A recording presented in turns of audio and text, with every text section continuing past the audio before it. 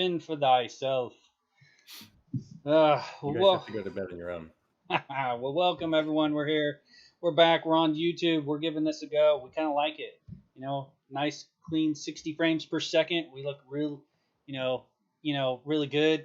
Yes, Tim looks so much better today. Look, 60 frames a second. This is what it does, right? It's incredible. I know. 60 frames a second takes off all the hair, and I look well groomed and everything. No. Should tell us I about don't that, know how man. you were managing to do it on 30 frames a second, but whatever. It's a filter. It was a filter. You just had a filter installed. Mm-hmm. So welcome back to the Dig Show. Tim here. I'm in Houston, Eric. and Eric Yep. there is in Wisconsin. Keeping it real. And we just get together every week and chat about stuff. We're kind of focusing on movies recently. Yeah. How's the weather? How's the weather there? We always check in on the Cool. weather. Cool. It's like we're lowering it.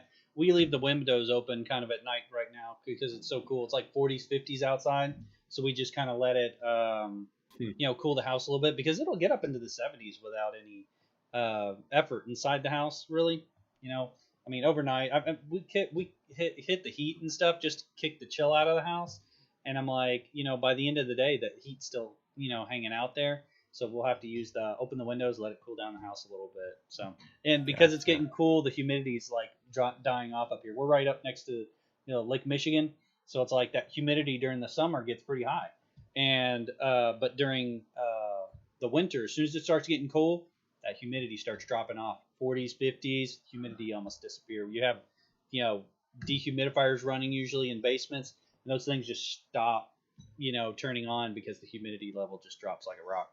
So incredible, man! I kind of want to be up there. I mean, it's cool here too. Basically like 70s all the time. Nice. Upper 70s, sometimes 80s. It's cool for us, yeah. But Houston. So yeah. But no, it's the hurricane is hitting Louisiana, not us. So Again, we're Louisiana, but yeah, say a prayer for them. Yeah. But yeah, we're glad that it's missing us a bit. Yeah, And that's a good one. yeah, I was like, it is a good one. Well, what this is, I saw something that said record of 10 hurricanes making landfall in the U.S. in 1 year. It's apparently never happened before, at least that we know of. Yeah. I mean, I remember hurricanes hitting the area when I was a kid. I mean, I think statistically they're about the same. It's just we live in an informational culture where we watch everything and we just live everything. Just whatever happens, we're like one just big open nerve these days. If it's a hurricane, it's like, oh my gosh, it's the end of the world. I mean, don't get me wrong. Harvey was the end of the world. Yeah, Harvey, yes. Yeah, Harvey was the end of the world. You get a bad one once in a while, but usually you're living it. But I haven't lived in Houston. I remember a hurricane or two hitting the area. It happens. So. But, yep. Not to minimize it. I'm just like, it's like one of those things. The media just loves to hype that stuff these days. It's just stressing me out. It sure does. So anyway, good weather here. Yeah, at least it's gonna miss y'all though, so that's good. So. There was a pile of hair in our backyard because we had a friend come over to do the haircut, and you remember it was down to here. Yeah, huge pile of hair in the backyard. It's like we insist on mowing our hair in the bathroom, so I don't know why we do that, but it's a little messy, but we live with it and sweep it up, but. Because we let the kids grow their hair all the way out and then we shave it back. They're like, I want a haircut like Dad. I'm like, it's not going to be exactly like mine, but we can cut it short for you if you really want. So close enough. Yeah. But no razors on the kids' heads. No, that's what I'm saying. I'm like, I'm not doing that. Well, yeah. We'll use the simple trimmers and go like this, and we'll be done. So it's like shaving is a little too much effort. So yeah. So well, what do we have on the agenda? Whoops. We were gonna the agenda for today. We were gonna talk about what do you call it? Instant Family. I thought it was a neat one. But we got Mark Wahlberg in it in one of his movies. I thought he did a decent job with it. So he's a Catholic as well, so he's trying to do the best he can to represent and stuff. So you know, but yeah, I thought he did a pretty good job. I mean, without bringing faith into the movie, I thought it was a great you know you know way of introducing people to the idea of adoption, and that's what Instant Family is about, is adoption. So I thought it'd be a great subject for Yeah, us to talk about. it's a good movie. It's a good Hmm. movie. I appreciated it a lot. Um, Not necessarily the kind of movie I normally go for. Um, Hmm. I'm more of like a sci-fi fantasy kind of guy. Me Love too. the Tolkien stuff, the superhero stuff. Yeah. That's so yeah, watching something that I probably wouldn't normally have picked. How did you come across it? My wife wanted to see it, and I had seen commercials for it too. And it shows up on Prime every once in a while, and that's one of the reasons why I mentioned it. Is because I figured we could watch this and it not cost us anything.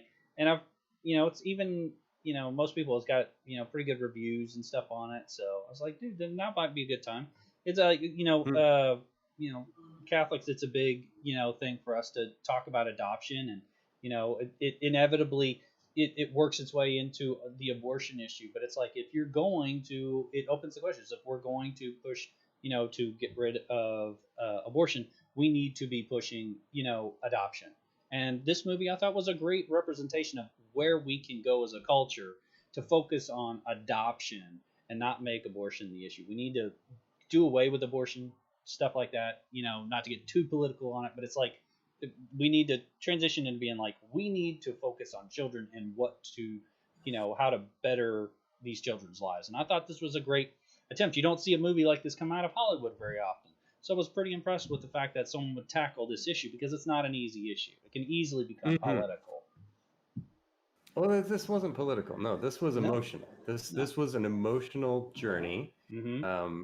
because it took you from this regular old couple, like very identifiable, just regular everyday kind of couple, Mm-hmm. and it starts off with them, kind of thinking about kids in general, just like, do we want kids? Do we not want kids? It goes from there all the way through every single stage and every single possible relationship, of foster kids, foster parents, the agencies, all the different stereotypes in the support group, the kids, the teenagers, the living with them as foster parents, to the adopting with the birth mom, and then the courts, and like, it was everything. It Yeah. it it, it took you from the whole journey, and it was like painting with emotions. Mm-hmm. So I feel like Put you it through was the emotional really ringer. really good at that. Hmm. Yeah. Yeah, I don't want to call it emotional roller coaster, because that's like the cliche, I and just it mean like wasn't. a ringer. It's just like you all of a sudden you'd be okay, and then it's like, because kids can do that. I thought it was a really good way of approaching. It's like, when you introduce children into your lives, your life, like from an adoption standpoint, your life is gonna be like, you're eased into it when you have children biologically, because you start with a baby and it just gradually changes over time, especially when you have a second and a Hmm. third. Hmm. But for a family that's going with, from like, oh, hey, we've got a business, we're, got all this free time, stuff like this, like, let's have children. It really points out the adjustment that you're going to go through. So it's like, it's not easy. And I'm like, and I would say, as a parent, I would say that it's, it gives you a good emotional, um, um, how do I say it, preparedness for what you would probably go through Mm. as a foster parent, because it's not easy. It's like, you're going to be dealing with challenges and be put into uncomfortable situations. And I thought that Yeah, the movie tackled that. And I'm like, I was pretty happy yeah, with it. it really did. But the thing is, like, so I say normally I'm going for, like, story-driven movies that are like, I'm not the rom-com kind of guy, but Yeah. like, Well. story-driven sci-fi and world building, that kind of thing.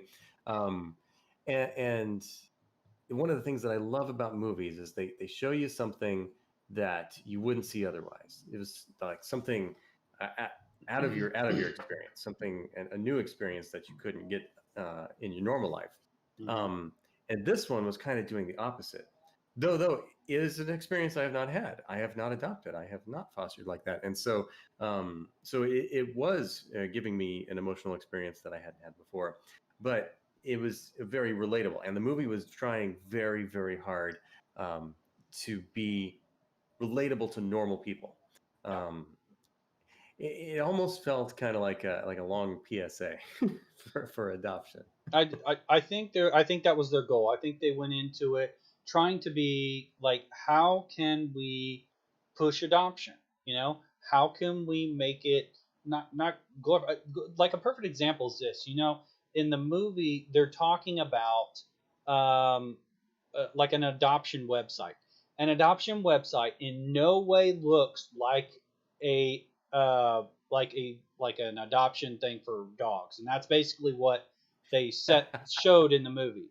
And they're like, that is not what it looks like. You cannot get on any website and look up, you know, a list of children, be like, ooh, that one's nice. That's not like it's like a pound, and that's I think one of the reasons why they compared it with, you know, they were, you know, in the movie you've got the two main characters, and Yeah, it at some was point really funny. yeah, That was a funny moment. exactly, and they try to compare it to a pound, but I think they did that to really push the point that it is not the same. And obviously, Yeah, they were yeah. drawing some parallels, like if you were to just adopt through a website, but it is no way would ever be that way. It's more that it's emotionally pushed them into doing it.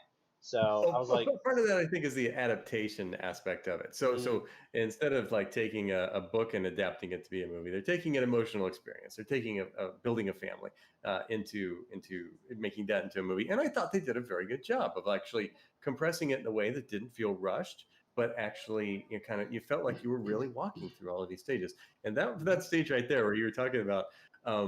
It was super relatable for me. So what uh-huh, happens is they learn about adoption and they go to a meeting, like an informational meeting, and all the parents yeah, or potential parents are introducing themselves.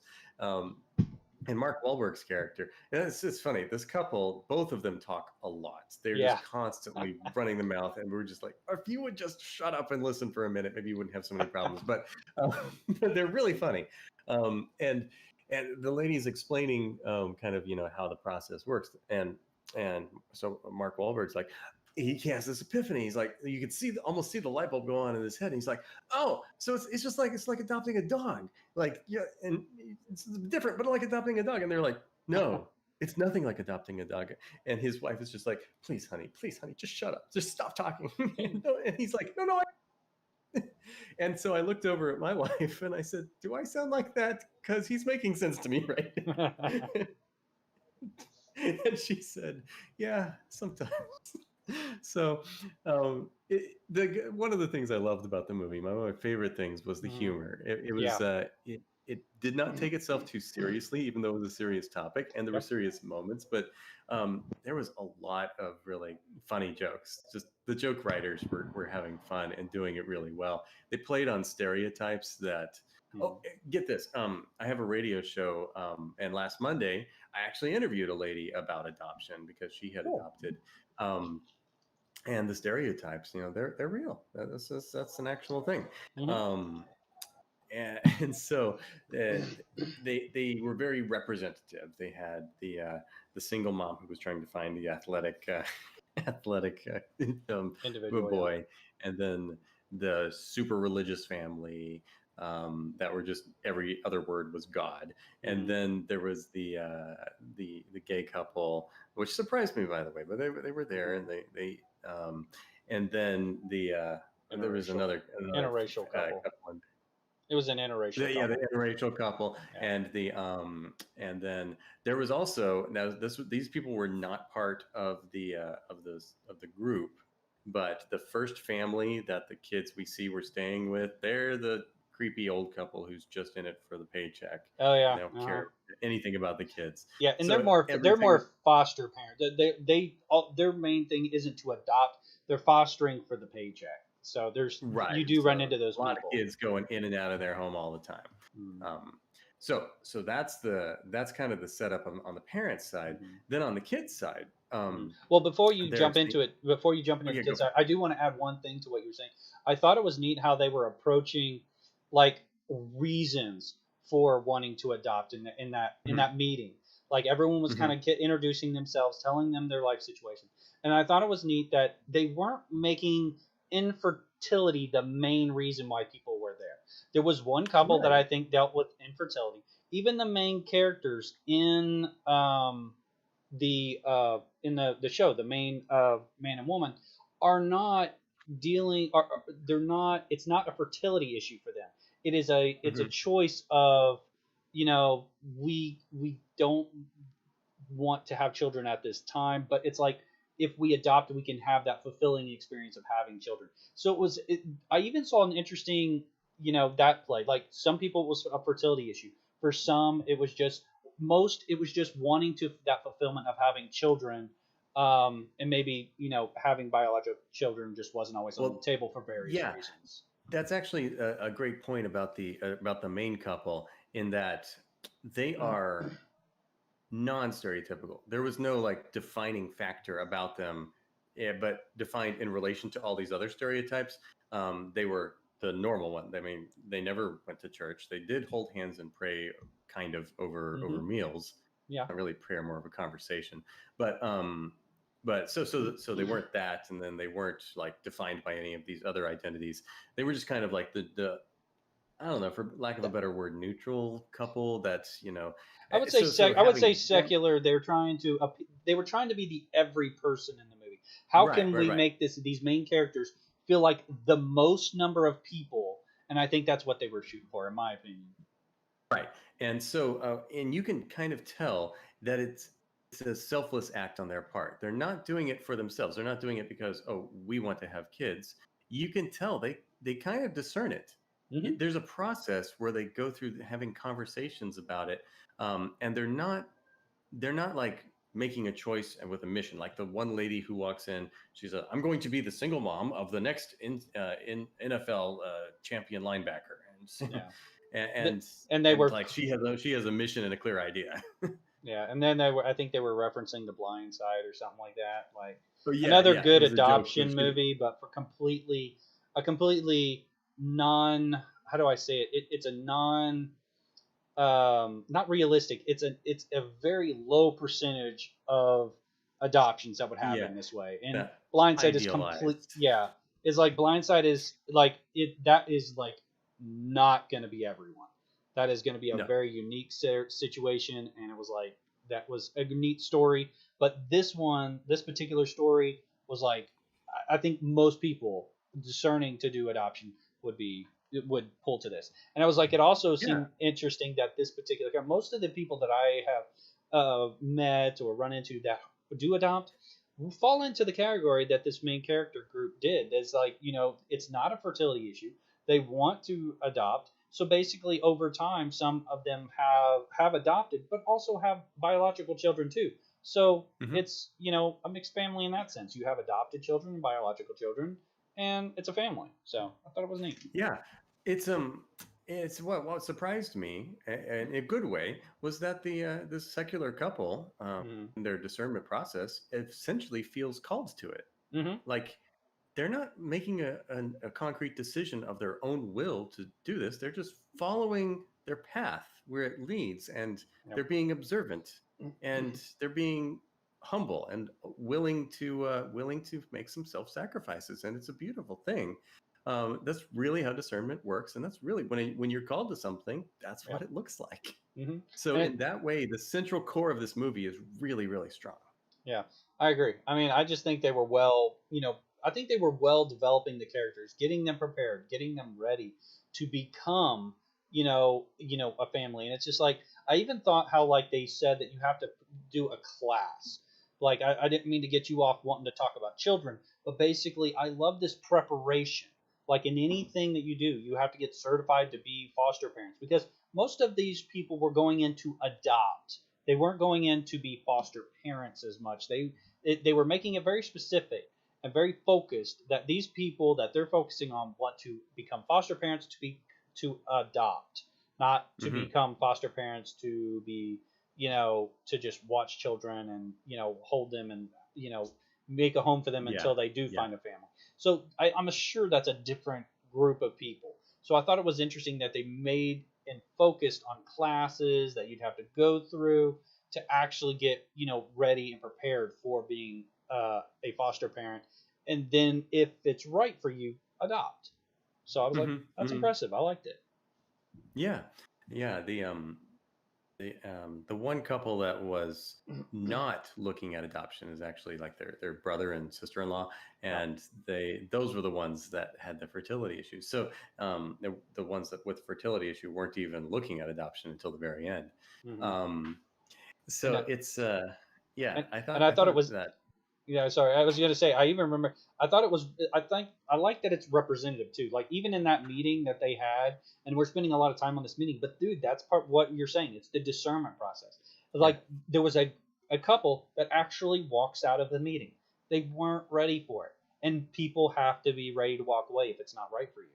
And I'm like, hmm I felt like they dealt with every concern in that meeting. Some people weren't ready, so they left politely, and they were just like, yeah, it was probably not for them. They didn't say anything. No one judged them. They were just not. It just wasn't right for them. And then they started dealing with everyone else who felt like they were ready. I was like, that's a great discernment, great way of you know, approaching this and introducing people to it.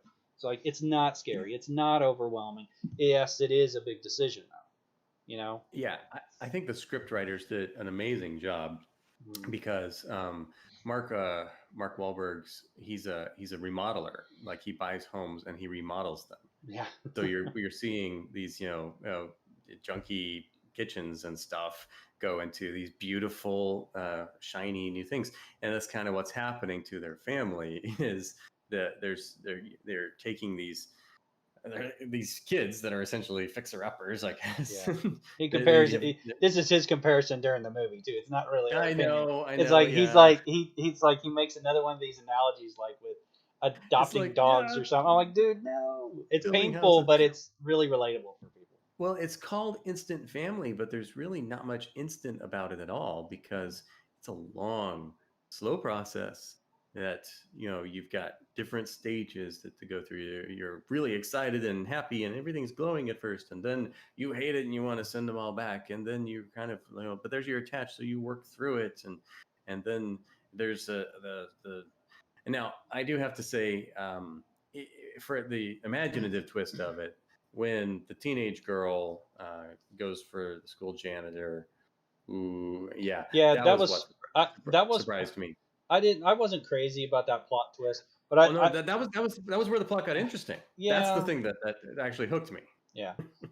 Yeah, but I'm like it definitely opened up the challenges that but to not leave to those who haven't seen it, it's like basically there's a girl they run into that they want to possibly get to know better because they go to this event, and I think these events are real where it's a great way of interacting with kids. I think It's this like a isn't mixer, real. yeah. Yeah, it's like a mixer for kids, but it's or with the parents and the kids, and they're all at a basically, for better words, a festival, like a big hmm Yeah, thing where kids like can a go and play and carnival have playground. fun. Yeah, and as it's air up, those, what do you call it? Those air up slides and things like that. Just fun hmm things. And it's like they can watch the kids play and then interact with the ones that they the parent might want to get to know more. I would imagine that might be a real thing, but I don't know that for sure.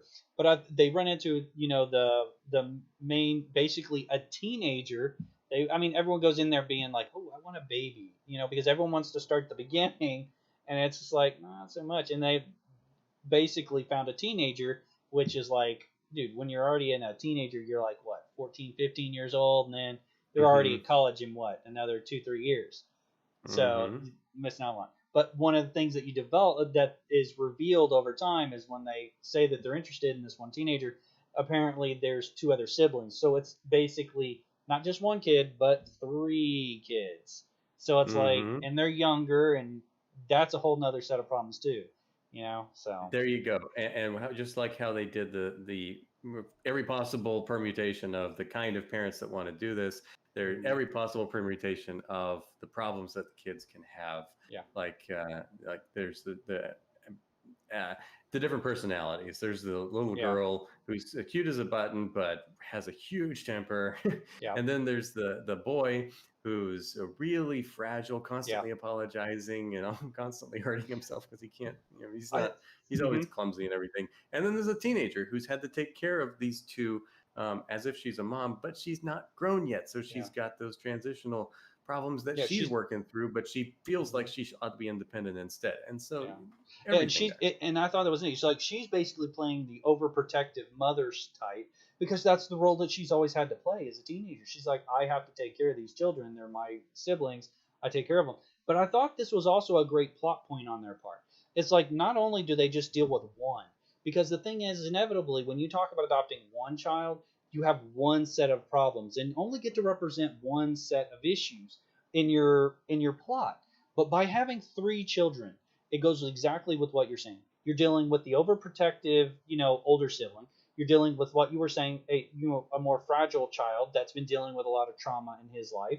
And then you have the younger child, which is overly aggressive. So literally, it's a trifecta. You get to deal with the mother style that's overprotective, the one that's fragile, and another one that's basically aggressive. So they basically get to really tackle a number of different issues that an adoptive parent is going to have to deal with. And I thought that was a great idea, and that came out really well during the story because I think it opens up people's hearts to actually adopting, because it's like if I were playing the part, I'd be like, I feel more open to dealing with those issues. As a parent, I've already dealt with those issues, so for me, I can already see some of the challenges you would have. So it's like, but I thought it was a great way to really wake up a new parent to those struggles that someone would go through. So I like and it's so like as a biological parent, you're saying that one of our jobs is to head those problems off and to have proper formation, good strong emotional foundation and character, like from the beginning at every stage. When you're adopting, you're not getting a gradual kind of build up. You got to come in wherever that kid's at, and you got to love them right there, and you got to help them work through those issues on their own. So like the overprotective teenager, she's acting in many ways like a grown up, but she's not there yet. She has to still be a kid for a few more years. Yep. And so that's one of the things that they have to help her come to terms with, because while she's making a lot of decisions, she's not necessarily making the most mature decisions. I love the honesty in the movie too, because they basically, from the beginning in those meetings, it comes out later, but they introduce a character that basically was adopted and has lots of problems, and it comes out later that she still has problems, and you're probably not going to be able to solve all these problems. Some have substance abuse problems. You're not going to be able to make those go away. People with substance abuse problems, that's stuff that they struggle with their entire life. You can't just magically make that go away. But you don't give up. No. As long as you want to be there for them and, help them through those trials and be okay with that, so be it. Doesn't mean they don't have to go into rehab or something like that. But it's like it doesn't deal with the main group of characters or anything like that. But there's this other reality. It'd be like people need to be aware that if you do adopt and you have someone that has issues, you're not going to be able to solve all the problems. There's going to be failure. They're going to, they're going to fail sometimes, and sometimes they're going to succeed. So I thought it was really neat. So I like that how they were honest about that. It's like they were able to it's almost like they had a big meeting and they were like, how do we deal with this problem? How do we deal with this problem? What if someone says that we're being overly, glowing about how good it is to be an adoptive parent? I felt like by the end of it, you were dealing with so many issues that I felt like you actually dealt with a lot of the issues. Like, I don't think you would come out of it thinking that it's going to be super easy. I should go do it. It's going to be hard. You're either ready or not. So yeah. Oh, the reward at the end is what you see, and some people might think, oh, that's a nice reward, but it's not worth the trouble for me. Or again, you have to discern that in your own life. So I don't think it's like everyone that watches this movie is going to be like, oh, we have to go adopt right away, or oh no, I'll never adopt. It's a very good depiction of the discernment process there. Yeah. But so what's interesting is you might think a lesser group of writers might start the story where you bring the kids in and then end the story with, okay, we've developed an emotional bond with these kids and now we are really, kind of in this together with them. But then goes another step further and you get the rug pulled out from under you when the biological mom shows up from prison, like she gets out, and the different relationships that the three different kids have with their biological mom, and the way that the foster parents who are thinking of these kids as their kids now have to realize, wait, well, there's her kids they're her kids as well.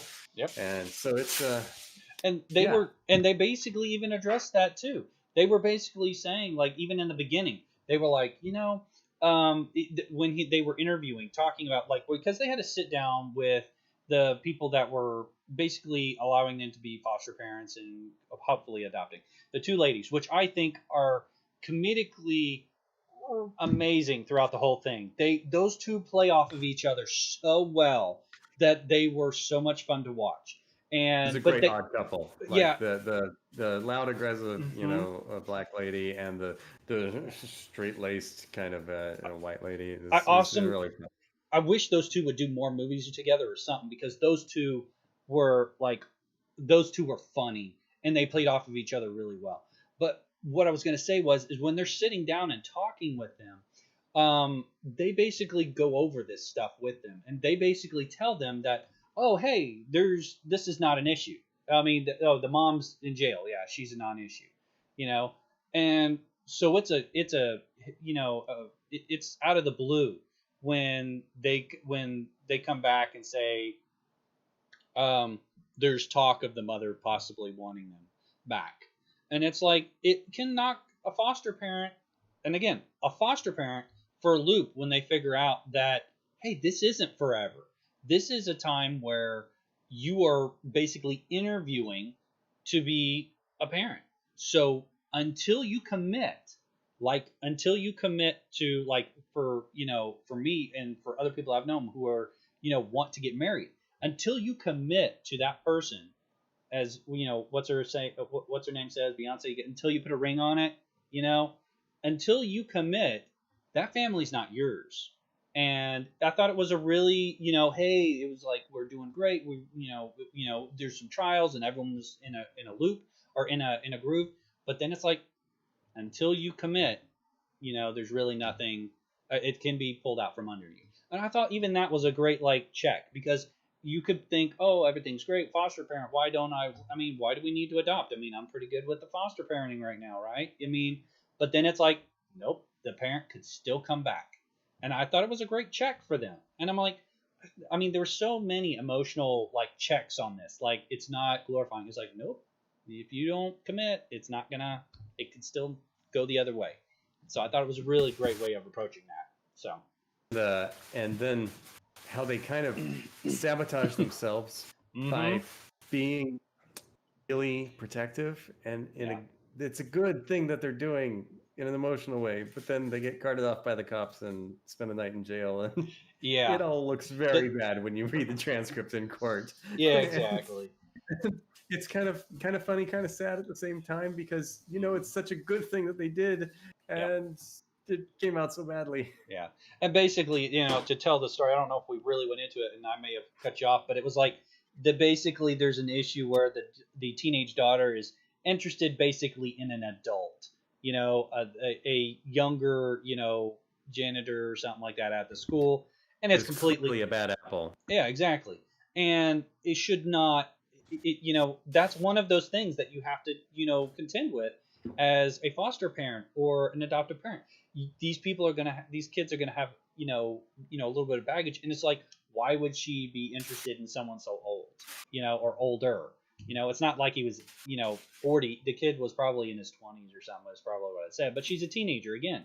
It's like you have to have, those boundaries. And it was just like, that was very uncomfortable, but it also dealt with a very serious issue that had to be dealt with. And it is a kind of a cultural new problem that we deal with in our society these days, because there was, I'll just come out and say it, there was basically sexting issues that are addressed in this, which as a parent nowadays, it's something we have to worry about. I hate saying that, but if a kid gets a hold of a phone, you have to realize that that is a conduit to the world. So you gotta treat that with the respect that it deserves. And they address that. I think that's one of the reasons why they went kind of very uncomfortable with this, dealing with this issue. Is one, it's realistic, and two, these are real issues that you're gonna have to deal with people. So. And it's dramatic, so Yeah. it's it made for like a good part Yeah. of the story in the second act there. I think it could have gone without it, but I'm kind of picky in that area. I liked most of the movie. I think they could have picked a different topic, and I don't think it made the couple look good, because basically in it they attack, not physically, but verbally they attack someone they think is the culprit but isn't, and that's unfortunate. That's like they made an assumption that I don't think they would have made, and it worked out if script wise, because the fact that they did that actually had some bearing on the court scene, and it was pretty funny. Yeah, a little bit. Yeah, I mean a little bit. I just felt it was completely inappropriate, and you're like cringing, but it was funny. Yeah, I just feel for this kid that they went off on. That I'm like, dude, you made a huge assumption. Yes, it was based on lies that you were told, and you made, and we all made an assumption, but it was like, yeah, I don't know. I know. I think it could have been better. But, ultimately, that's a very minor part to be conservative. It definitely does not affect. I would still watch this show like another time. I would watch this show again easily. And there's certain things that would happen that would make me not want to. This is not one of those moments. It doesn't make me not want to watch it. Yeah. I think that sometimes you watch movies with uncomfortable things in them because the uncomfortability of that one scene or one aspect of the movie lends itself to the whole, the beauty of the whole. And so I think that kind of works in this situation. One thing I think they could have done less of is the language. Yeah, language was pretty coarse all the way through. Yeah, and this is coming from the good characters, from the main characters. but I also a little bit, and some came from the children, which I thought was also a good approach on their part, because you're going to deal with problems with children. They've been dealing with very harsh situations. They even mentioned this during some of the other parts during the show, that these kids are going to have issues, and they're going to have been put through very, I'm trying to think here specifically. I think they address it in the meeting, that basically one of the kids were abused, physically, and I think they even said sexually or something like that. And those are difficult things for a child to deal with. Okay, that is not to be minimized.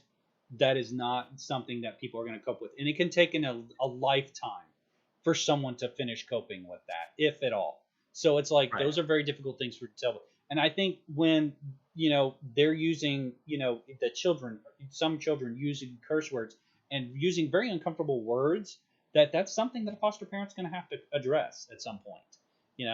Obviously with some direction and with some, making sure that the, what do you call it? I forget what they call. What is the group? The two ladies. I mean, are they social services basically, or are we adoption agency? I think the adoption agency. I mean, if you address a difficult issue with them, and they have meetings, like there's like a support group for adoptive parents, which I thought was another great thing to show people. Be like, you are not out there alone. You will have a support group that you'll be going to every so often to talk about any challenges with these, I mean, the amount of support that they were showing that anyone who would want to adopt would get was well done. I thought that was great. As long as these are real things that are put into place and actually happen, and you actually have support groups, these are great things for people to know, because until you go through it, you don't know that it's available. And that's what I really enjoyed about this movie. Is if some of these things are true, and movies are not there to tell truths, they're there to tell a story. But if the adoption, setup, it does have these things in place, that's going to allow so many people to want to adopt, and that's awesome. So. Absolutely. Yeah, so I highly recommend it, whether you're considering adopting or not. It is a good Hmm. movie with a good story and good acting and good script writing. So Yeah. definitely everyone should watch it at some point. And even if it's not your normal kind of movie like me, you can still enjoy it. You can still get a Yeah. lot out of it. Hmm. I've watched it a couple of times now. I watched it again earlier this week, like literally I think it was last Friday. I watched it. Now I've tried to watch it again today, and I don't mind watching it. I do skip over that one scene because I'm like, I don't need to be reminded about, the janitor. I get that. Hmm. Other than that scene that I find uncomfortable, I can watch the whole thing beginning to end because I feel like as a parent, it is representative to dealing with difficult situations, what you're going to go through as a new parent. You should know Do that you, do being you a parent feel is like difficult. do you feel like it helps you in your own parenting with your kids? Um, Only from the perspective that it's good for parents to know that you're not alone. You're not dealing with this one issue that no one else has ever dealt with. These are issues that adoptive parents are going to deal with. These are issues that not real parent, any that like Biological biological yeah parents. biological parents are going to Real deal with. parents. Yeah, I know. It was like I was like, yeah, right, because I'm a real parent. That's a Yeah, faux pas, man. I'm Faux just that pas. amazing. Like seriously, I mean, yeah. There's no judging there. It's like we all just sail through being a parent. With any luck. Funny. So It's love will the actually football guide that, you that very really helps far. you, man. But Rub your anyway, head for good luck. yeah. But I mean, for but everyone is going to deal with these challenging issues, and it's Mm. like whether or not you're biological parent or adoptive parents or whatever, you're going to have challenges, and you have to. The one thing I've learned as a parent is just uh, having the I'm trying to think of the word. You have to be not stern. You have to be consistent.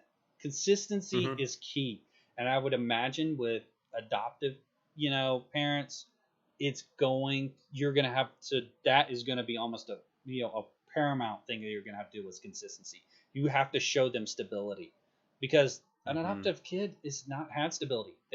They've had nothing but change. You know, stability is not in their vocabulary, and until you actually live it, like my parents were my biological parents. I understand the stability there, and I'm like, those who don't have that, history, don't know what that stability is. And it's just like so you have to, as new parents, you have to kind of tell them, yeah, that wasn't normal.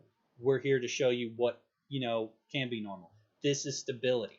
It's not even so much about normal as stability. They just want to know what that feels like, and that's, I think, what a lot of kids want, is just stability in their life. They don't want all that change. Absolutely. That was one of the challenges, though, of this couple because they didn't know how to provide that. They had to learn it on their own. Hmm. It helped that they had a good relationship and a good marriage to begin with, though it Hmm. did get tested. Yeah. Yeah, but and so they were able to provide that stability, but not right away.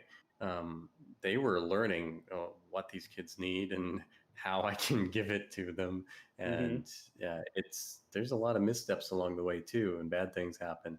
Yeah. Um, and so yeah, but I think you're absolutely right that the stability issue is the central thing and for it parents. feeds into what you mentioned earlier, but ultimately, we didn't touch on it too long. But basically, there's a conversation where the parents have is like, hey, we're not we're. It was basically that whole conversation we were talking about. We're not parents yet. We haven't adopted yet. We can return them because they were dealing with a very stressful situation. They were like, oh, we could just return them. We don't have to adopt them. We don't have to do this. We don't have to do that. And like, oh well, So you we, said we about commitment. yeah, we'll be like, people will feel bad for us because basically they got taken back, or we can say they were taken back, and it's just like, and by the end of it, it was a venting exercise for me. Like, we would never do Mm-hmm. that. We would never do that. It's like it basically, even at that point, they had already gone through so much that they love these kids. They're like, we're not doing to do that. Yeah. But And the first just time had to that get they it out. get called mom and the first time they get called dad, Yeah. that's special. It's special because Hmm. they're treating it's like the first, like your baby's first word. Mm-hmm. You know, you like Yep. the first word is mama or daddy, but Yep. it's this 8-year-old or this 6-year-old, and they say, "Oh, good night, mom," and it's like, "Oh, I got." Yep. It It's a is such a it's a that's sl- probably one of the best points of the movie. yeah. It's like it's a choice at that point for a child of an adoptive child. That's a choice. At what point do Mm-hmm. they make that that choice? And it's just like because when it's biological children, it's just until they pronounce like the entire time your child as a child like one or like from a baby to one or maybe even two, you're like mum dad dad. I mean, for Mm-hmm. them it's just repetitiveness. They're like mum did that? And it's just like, they're really not making the choice. It's just they're just repeating what you're saying. So it's like for biological children, it's one way, but for an adoptive child, especially an older adoptive child, it's a choice that they're being. I am emotionally attached to you. I'm like, I'm gonna make this Mm-hmm. choice. So I thought Yeah, it was really and neat. They dealt with a lot of different things. I thought it was mild neat. spoiler here. So if you Mild. really don't want spoilers, turn the podcast off now. But that the choice comes very late for the teenage girl, Yeah. because she remembers her biological mom. She's still attached to her biological mom, Yep. and she's pushing hard for her biological mom to take them back, Yeah. even though the little kids don't really remember her. They're more Yeah. attached to the new parents. Yeah. But the teenage girl, like, man, that's one of her major issues, is that she really wants to go back to the way things were. She want Yeah. as bad as they were. That's Yep. home for her, That's mom. and that's mom. Mm-hmm. And so when she actually comes to grips with the reality that these are her new parents, that's a really, really touching moment. Yep. I agree. That's a great climactic point there. So as like that realization because she's a teenager, she's like yeah dealing with all kinds of issues. So but yeah, that's a And real that's one good of film, a the good moment. surprises in it, because you're not told, as the I mean, you can telegraph it. She telegraphs it through her emotions, but you're not told that she's the one that's working behind the scenes to Yeah, bring the biological mom back into the yeah. picture. You're made Like to you believe. think that she's the enemy, Yeah, but it's actually the girl. yep. You're made to believe that it's mom doing all this work to get her kids back, and when they're all packed, like you said, spoiler, when they're all packed, about to leave the house and get in the car and go back to mom, it's dropped. It's just like, yeah, it's like not happening, and it's just like it's brutal, but it's like, yeah, what are you gonna do? It's like it's like Because you that's think that this family that you've watched yeah, being built is going to fall apart, yeah, and it's going to be the fault of the real yeah. family, Is biological that family. it? So Yeah, it's like it's at the end, so you're like, is this the lesson that it could be undone? Is like because it's so near the end, you're like, could this be done? But it brings it on to like even though it's not, it does bring it on to like how like I love the court scene at the end. I mean, we're getting near the end of the hour anyway, so I'm like to bring it near the to the end, like basically it's like a legal process where they're becoming an instant family. And when they start introducing like going to this court proceedings, it just makes it seem like from a Catholic's perspective, it felt very much like a baptism or something like that. It hmm was like this yeah. religious religious experience where it's like we're going to get baptized as a family kind of thing, but hmm legally. So it's like you're going and it's like this big fun group of people and it's bonded all these people together. And I thought it was amazing because it also brings in you're dealing with people in like foster care, like the social workers, the adoption agency. You're dealing with all these people who are involved. There's even a parole officer or a social worker, I think, but that's connected with the mom. They introduce all these not little, but all these people, all these individuals that if you're going to go through this process, you're going to run into your adoption agency. You're going to run into the this a parole officer probably dealing with another parent or the biological parents maybe because of supervised visits or something along those lines. It's like and near the end here they're going even police officers because of whatever issues that happen with the other stuff with the girl because she got into trouble. And it's like, or the parents got in trouble, not really so much her. But it's like, and then at the end, they're starting to approach the legal part of this, dealing with the court workers and stuff like that. Because in this part, they start talking about how difficult they deal with these issues. So often, they're taking kids away from parents or doing something that will, you know, it tears them up inside to have to separate a family because either the parents or something's going on to where they can't keep them together. And they just really push this effect that, like, when they can bring a family together, especially an adoptive family and stuff like that, if it's biological, great. But if it's an adoptive family, dude, that's an amazing day for these people. It's like something to be celebrated for them. It's a great event. It's like really super awesome. And I thought it was neat that they even pushed that because you've got the court workers, even the bailmen, all these people that are involved, in the process of getting someone, actually legally adopted at that point. And I thought, it was so well thought out from so many different perspectives that so often you get a very superficial view of something. And I felt like this one was introducing people, events, emotions, how the process works. And it was so well thought out. I felt like this is one of those movies someone sat down and like was thinking about for like 5 years or more, just, coming up with the storyline. How is this going to play in? How is that going to play in? It was like, it was that well organized. It was that well, put together that it was really informative. And I really thought it was neat how they approached the legal thing at the end as far as making them a family. Yeah, and now that we're talking through it, I totally agree. The writing is really, really solid, and the acting is really, really solid. Um, and I hadn't thought of it in those terms because I was kind of like, oh, it's a PSA and thinking about the audience and just getting people on board with adoption. But they did a really, really good job with it, and it's a couple of years old. It came out in 2018, so it's not a very old movie. You'll really appreciate it. Mark Wahlberg did a great job. Rose Byrne as the wife, and then I thought that the teenage girl was really good, well acted. And that Apparently, it's Isabella Merced, according to IMDb. And they dealt with that well too. They dealt with it.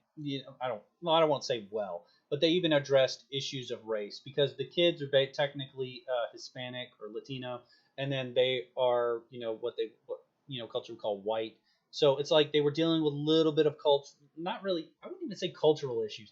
I would say issues of race or concerns of issues of race. And they were saying it's not an issue. Even the adopted people, dude, it's not an issue. We don't really care as long as it's a good situation. That's what's the most important thing for the kids and for you is to make sure it's a good situation. So they even addressed that. I forgot to even say that they addressed issues of race in there too, even though I've never, as a Catholic, race doesn't mean anything to I don't see that as being an issue, but for some people it's something to take into consideration. But well, as a Catholic, Italians are better than everybody, right? Yeah, who knows? So you're not Italian, DeMarco. Okay. No. Wait, maybe are you? What? Yeah, I'm Italian. My grandfather was Italian, so, and then back further. So my grandmother was like a 6 foot German woman, and then my grandfather was like 5'4", Italian. It was like Southern Italian, so he's like dark skin. They were the epitome of like interracial marriages back in the day. I was like, dude, were such an odd couple, but they were such a neat pairing. So, but anyway, but that's funny. Yeah, so it's like, it was neat. So, but yeah, it's like they dealt with these issues, and I thought it was neat that they tried to address anything that someone would have an issue with, and I thought it was really neat. And I know some people may recognize the main character or the main teenage character not be able to identify her. She's actually in that Dora the Explorer remake. So like the live action one. A teenager? Yeah, where she's like a child, I think, at the beginning, and then basically she's a teenager going into Los Angeles or something, into the big city and going to college. And she was Dora the Explorer. Yeah, even in that one she was funny. So I think we're going to see a lot more out of this character. I was very impressed with her acting abilities, and I can see her easily getting some more movies in future years. She was also in a Transformers movie. Transformers, what's this? The Last Night. Huh.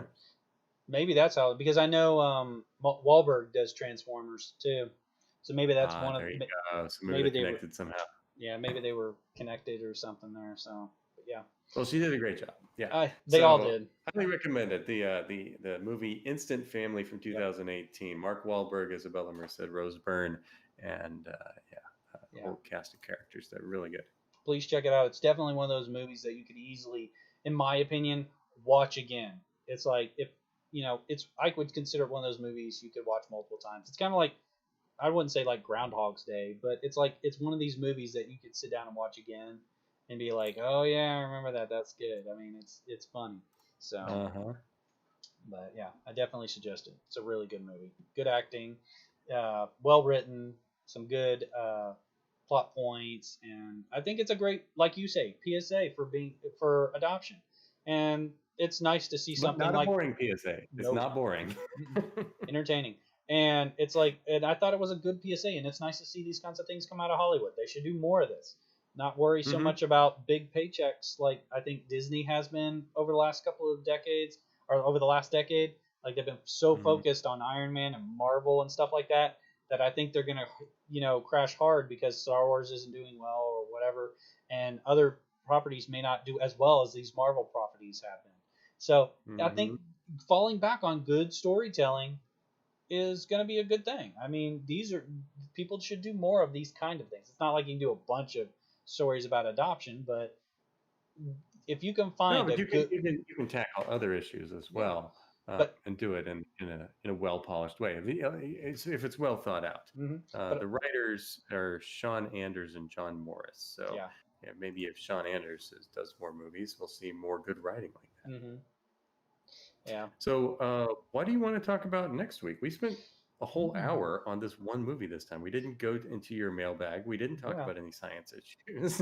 I think we can honestly talk about these movies for an hour. So it's like, I like the idea of just picking a movie and just talking about it. So I don't know yet, but we'll have to start maybe coming up with a plan of movies. But I like this movie. I like the movie that you picked last week, the mystery movie, Knives Out. So really well thought out, very clever.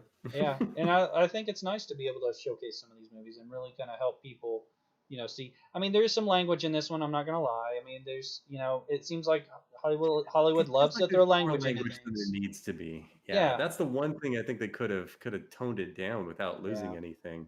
Yeah, and it was even in Knives Out too. It's like there's a scene where they're just cursing like crazy, and I'm like, dude, there was no reason for that. It's also like, I don't know. In that one, it was kind of a character thing. Well, yeah, and I'm not trying to judge the two. I'm not trying to compare them really. It's just like if I think a movie can be more enjoyable if Hollywood not put that in there. I understand that they think it pushes it and makes it more serious, but I mean, it just makes it hard to watch again, and it makes it less willing for at least me as a parent to want to share it with my kids, unless y'all got a censor mode where I can be like, you flip it on and it'll mute all the cursing or something. Until that happens, probably going to have to wait until the kids are much older to watch it anyway, because that's a little too much cursing. So I kind of agree with you. So, but maybe it was a strategy. Maybe it was a marketing strategy, because what if they needed it for a PG-13 rating, because they know more people will come if it's PG-13 as opposed to PG. You make a valid point. So they had to throw something in there to make it PG-13. And they just did language to do that. I can buy that. Possibly.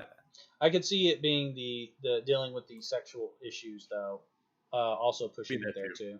So, but yeah, explicit. It's not. Explicit. It's not. Nothing is. It's not that kind of PG-13 rating. It's mainly just probably language. It's certainly the language. Yeah. Certainly the language. So, but yeah, I would. Anyway. I definitely suggest it. But yeah, I mean, I wish it didn't have that. But I mean, that's one part of it. So. Yeah, I don't know what we should. Do you have any thoughts about next week? I mean, not that we have to decide right now. We can just think on it. I've got some ideas. I'll talk to you offline. Okay. We don't want to. I don't want to promise anything that we can't deliver on. Yeah, we'll keep it secret. Just tune in next week, guys. See what y'all Yeah, you'll see what you don't want to miss. Do marathon the entire extended edition of Lord of the Rings. Extended All edition. 14 hours. So, the first movie's 4 hours. Extended edition. I'll mention this, but I was watching the Hobbit series, and I remember you said, the last movie, the 3-part Hobbit series, was just one you have to kind of grind through. And I'm like, I wonder what he meant by that. And about a third of the way in, I'm like, okay, I get it. There's like no storyline here. I'm like, it is all just things happening.